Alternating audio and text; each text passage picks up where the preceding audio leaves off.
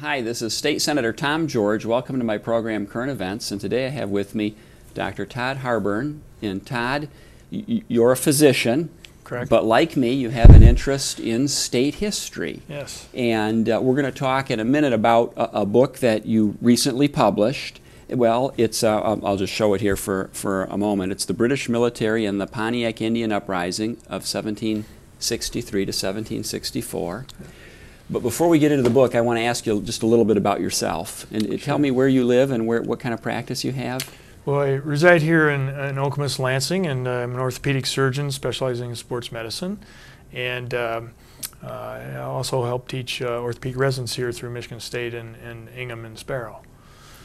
And you have this interest in state history, apparently, Yes. or at least in the Pontiac's Rebellion or some facet of it. How did you get started in that? Well, actually, when I am asked that question, most times I tell people that if I hadn't gone into what I'm doing in my career now, I probably would have been teaching history at some small college and coaching football. But it dates back to my earliest childhood. My dad was from Flint, and he was a prominent architect there. And every year he would take our family to Mackinac for the state architect convention. And so I remember my earliest memories is him taking us to Fort Michilimackinac, and I became enthralled with the history there and always wanted to work as a guide, but of course you had to be college age for that, and by the time I got in college, I was playing football, so I didn't have time to work the summers there for that. But at that time was after the bicentennial, and got interested in the history and was doing a lot of research on my own, and just always wanted to do more research and writing on that, and eventually did when I had more free time, of course. And so you've taken this up more when you finished your medical training? Yes, I actually had been doing research, through college and high school, but then after I got into practice in my free time, I just started doing more of it and met a lot of good friends and people who were doing the same and had shared interests. And by research, you're talking about reviewing archives, looking at documents. Correct. Reenacting. You're also a reenactor. Yes. And you portray a British soldier. I portray Captain George Etherington, who was the commandant up at Fort Michilimackinac during the Pontiac attack. And what happened to him? Well, he actually survived the attack up there. We have to call it attack now. And he went on to a distinguished career in the American Revolutionary War, which was my other book that was published on that. His later career. So how many books have you published? I've had 4, 2 by actual publishers. One was by Alma College, was their Centennial Football History I co-authored, and then one that my father and I had privately published on the Michigan Intercollegiate Athletic Association history. So this was my 4th book, the Pontiac was. Who published this one? This one was done by Purple Mountain Press in New York, which is a pretty prominent publisher there. They started out as a regional publisher in New York colonial history, and they've expanded to more nationally now, and they have a lot of books. They just did one on the Andrea Doria the ship a couple years ago. So they've been very good to work with. My co-author, Tim Tadish, who is a historian and author who's a retired policeman from Grand Rapids, has had several books published by them. So we were lucky to have kind of an in with the publishers. Difficult to get books published. And it's a beautiful cover. Well, thank you.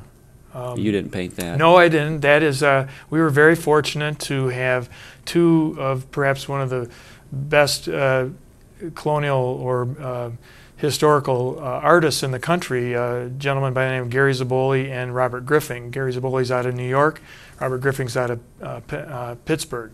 And they're historical artists and probably 2 of the best human portrait painters that I've ever seen.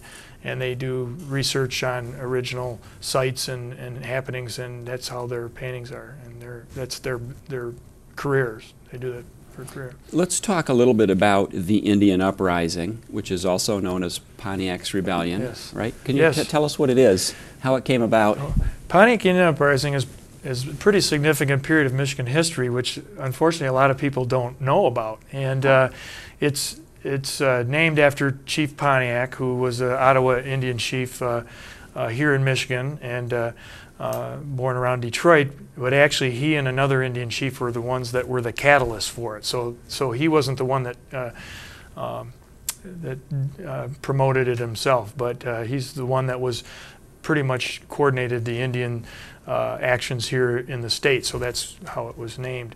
But after the French and Indian War, which was in 1756 through officially 1763, France and Britain were fighting for the ownership of the land, which actually belonged to the Native Americans, as we all know, here for the fur trade. And after the end of that war, the British took over all the trading posts and the military posts, of which there were 4 here in Michigan, one in Sault Ste. Marie, Detroit, Michilimackinac, and Fort St. Joseph, which, as you know, they just recently doing some archaeological excavations at. And it's being done out by the department at Western Michigan University here in Kalamazoo, though the site is actually in the Niles City of Niles, area. correct.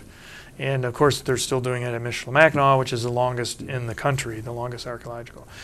At any rate, then the British took over the control of the fur trade, and of course they still welcomed the French traders and British traders, but because the British, basically, the British had a large war debt to pay down, just similar to what situation is here in modern times, and so they started cutting back on a lot of the amenities that the Indians were accustomed to through the French, such as presents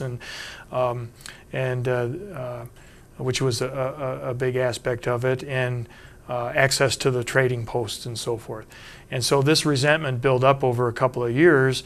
A lot of the British government and officers didn't treat the Native Americans very well. The French were much more friendly, married interracial marriage, and just shared the land with them. Although we go in the book, and we can talk some more about this later, but not all the British were that way to the Indians. There were many that were supportive of them. I know your book makes a very good point of that, because the common interpretation was that the British were very aloof and didn't interact with the natives. Yes. And you point out there are several instances where, in fact, maybe that's not quite the case, or maybe they realized that, you know, things are changing and you should change the policy and such, and they made efforts to remediate that, but failed. Yes, and that was one reason why we wanted to make our book a little bit different from past histories that have been published, and concentrate more on the actual aspects that happened during those 2 years, and particularly here in Michigan and the Great Lakes.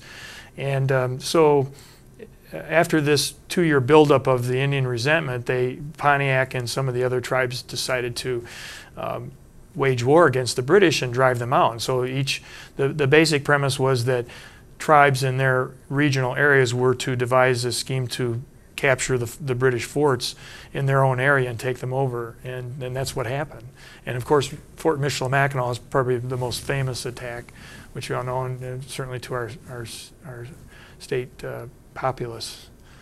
They can see what happened up there. Well, we should probably tell the story, and don't assume that everyone knows, but this is the fort that's not on the island. Michilimackinac is in Mackinac City, and this is the one where the natives gained entrance through the lacrosse game. The Lipagataway, as it was called, correct, yes. Michilimackinac was probably, well, it was actually the second largest fort, Fort Detroit, which was right down where Cobo Hall is today, and was the larger post. And most of these small posts were simply stockaded trading posts, but Michilimackinac was the big center, and they all had smaller garrisons. The British couldn't put manpower out, and it was basically they were the police force for the fur trade. And at Michilimackinac, they had about 35 to 38 soldiers in the garrison, so it was very small. And I also did a research paper on that to try to document the garrison. But at any rate, George Etherington, Captain Etherington, who was an American-born officer from Delaware, as far as we can tell. An American-born officer in the British Army, correct. And that's a good lead-in point, because a lot of people don't realize, everybody thinks, oh, you're concentrating on the British. Well, the United States wasn't a country then, so the British were, what I tell all our young people, were the good guys, unless you have French heritage. Even George Washington, right? Correct. Had been in the militia war under for the British British, control. correct. Sure. And